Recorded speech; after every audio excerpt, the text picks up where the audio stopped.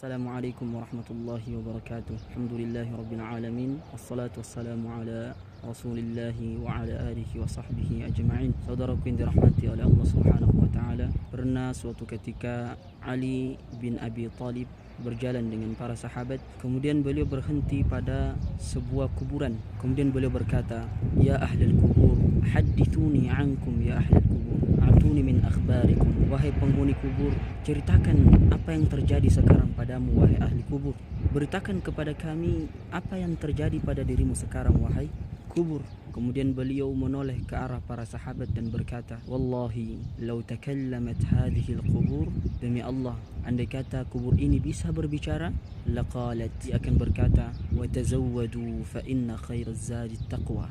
Berbekallah kalian, sesungguhnya bekal yang paling baik adalah takwa. Saudaraku yang dirahmati oleh Allah Subhanahu wa taala, "Law takallamat hadhihi al-qubur." Kata Ali, andai kata kubur ini bisa berbicara, laqalat, dia akan berkata, "Wa tazawwadu fa inna khairaz zadi taqwa." Berbekallah kalian, sesungguhnya bekal yang paling baik adalah takwa. Kita telah diberikan kesempatan oleh Allah Subhanahu wa taala. Ini adalah kesempatan emas ketika Allah Subhanahu wa taala memerintahkan kita untuk menyembahnya. Allah berfirman, "Ya ayyuhan nasu, wa'budullaha rabbakum alladhi khalaqakum walladzina min qablikum la'allakum tattaqun." Hai manusia, sembahlah Allah, Tuhan yang telah menciptakan kalian dan yang menciptakan orang-orang sebelum kalian, la'allakum tattaqun, agar kalian bertakwa. Ketika Allah Subhanahu wa taala memerintahkan kita untuk melakukan qisas, Allah Subhanahu wa taala mengatakan, "Walakum fil qisasi hayatun ya ulil albabi la'allakum tattaqun." Bagi kalian pada kisah itu ada kebaikan, ada kehidupan, wahai orang-orang yang mempunyai akal yang sehat, la'allakum tattaqun, agar kalian bertakwa. Ketika Allah Subhanahu wa taala memberitahukan kita tentang luasnya syurga, Allah Subhanahu wa taala mengatakan, "Wasari'u ila magfiratin min rabbikum wa jannatin 'arduha as-samawati wal ard wa'iddat lil muttaqin." Bersegeralah kalian, berlomba-lombalah kalian untuk menuju kepada syurganya Allah, untuk menuju kepada ampunannya Allah. Wa jannah, dan syurga, 'arduha as-samawati wal ard, yang luasnya adalah seluas langit dan bumi. Wa'iddat lil muttaqin, itu disiapkan untuk orang yang bertakwa.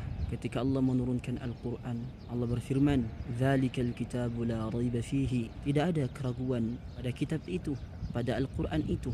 Hudan, sebagai petunjuk, lil muttaqin, untuk orang yang bertakwa. Ketika Allah ingin menurunkan berkah dari langit sampai dengan bumi, Allah berfirman, "Walau anna ahlal qura amanu wattaqau." Andai kata penduduk suatu kampung, suatu negeri beriman kepada Allah, wattaqau, dan bertakwa kepada Allah, la fatahna alaihim barakatin minas sama'i wal ard. Kami akan bukakan pintu keberkahan dari langit sampai dengan bumi. Kata-katanya adalah barakat. Dalam bahasa Arab ada yang namanya mufrad, ada yang namanya muthanna, ada yang namanya jama'. Barakatun itu mufrad, artinya satu keberkahan. Barakatani, dua keberkahan, namanya muthanna. Tapi Allah tidak menggunakan mufrad, tidak pula menggunakan muthanna, tapi Allah menggunakan jama', barakat. Artinya apa? Ketika orang benar-benar beriman kepada Allah, bertakwa kepada Allah, benar-benar Allah akan membukakan pintu keberkahan, banyak keberkahan dari langit sampai dengan bumi. Ketika Allah Subhanahu wa taala menciptakan kita semua manusia, Allah berfirman, "Ya ayyuhan nasu, wahai para manusia, inna khalaqnakum min dzakarin wa untha." Kami telah menciptakan kalian terdiri dari laki-laki dan perempuan. "Wa ja'alnakum syu'uban wa qaba'ila." Kami jadikan kalian bersuku-suku dan berbangsa-bangsa. "Lita'arafu," untuk kalian saling mengenal. "Inna akramakum 'indallah," sesungguhnya orang yang paling mulia di antara kalian di sisi Allah, atqakum, orang yang paling bertakwa. Ketika Allah Subhanahu wa taala menyebutkan semua kenikmatan, Allah mengatakan, "Zuyyina lin-nasi hubbus syahawati minan nisa' والبنين والقناطير المقنطرة من الذهب والفضة والخيل المسومة والأنعام والحرث." Telah dijadikan indah pada pandangan manusia dengan kecintaan kepada syahwatnya, cinta kepada perempuan, cinta kepada anak-anak, wal qanatir, cinta kepada perhiasan, minadz zahabi wal fiddah, berupa emas dan perak, wal khairil musawwama, kuda peliharaan, wal an'am, binatang ternak, wal harf, tumbuh-tumbuhan. Kemudian Allah mengatakan, dzalika mata'ul hayatid dunya, itu adalah perhiasan dunia. Allah kemudian mengatakan, qul, katakanlah Muhammad, a'unabbi'ukum bi khairin min dzalikum, maukah aku beritahukan sesuatu yang lebih besar daripada yang kami sebutkan tadi?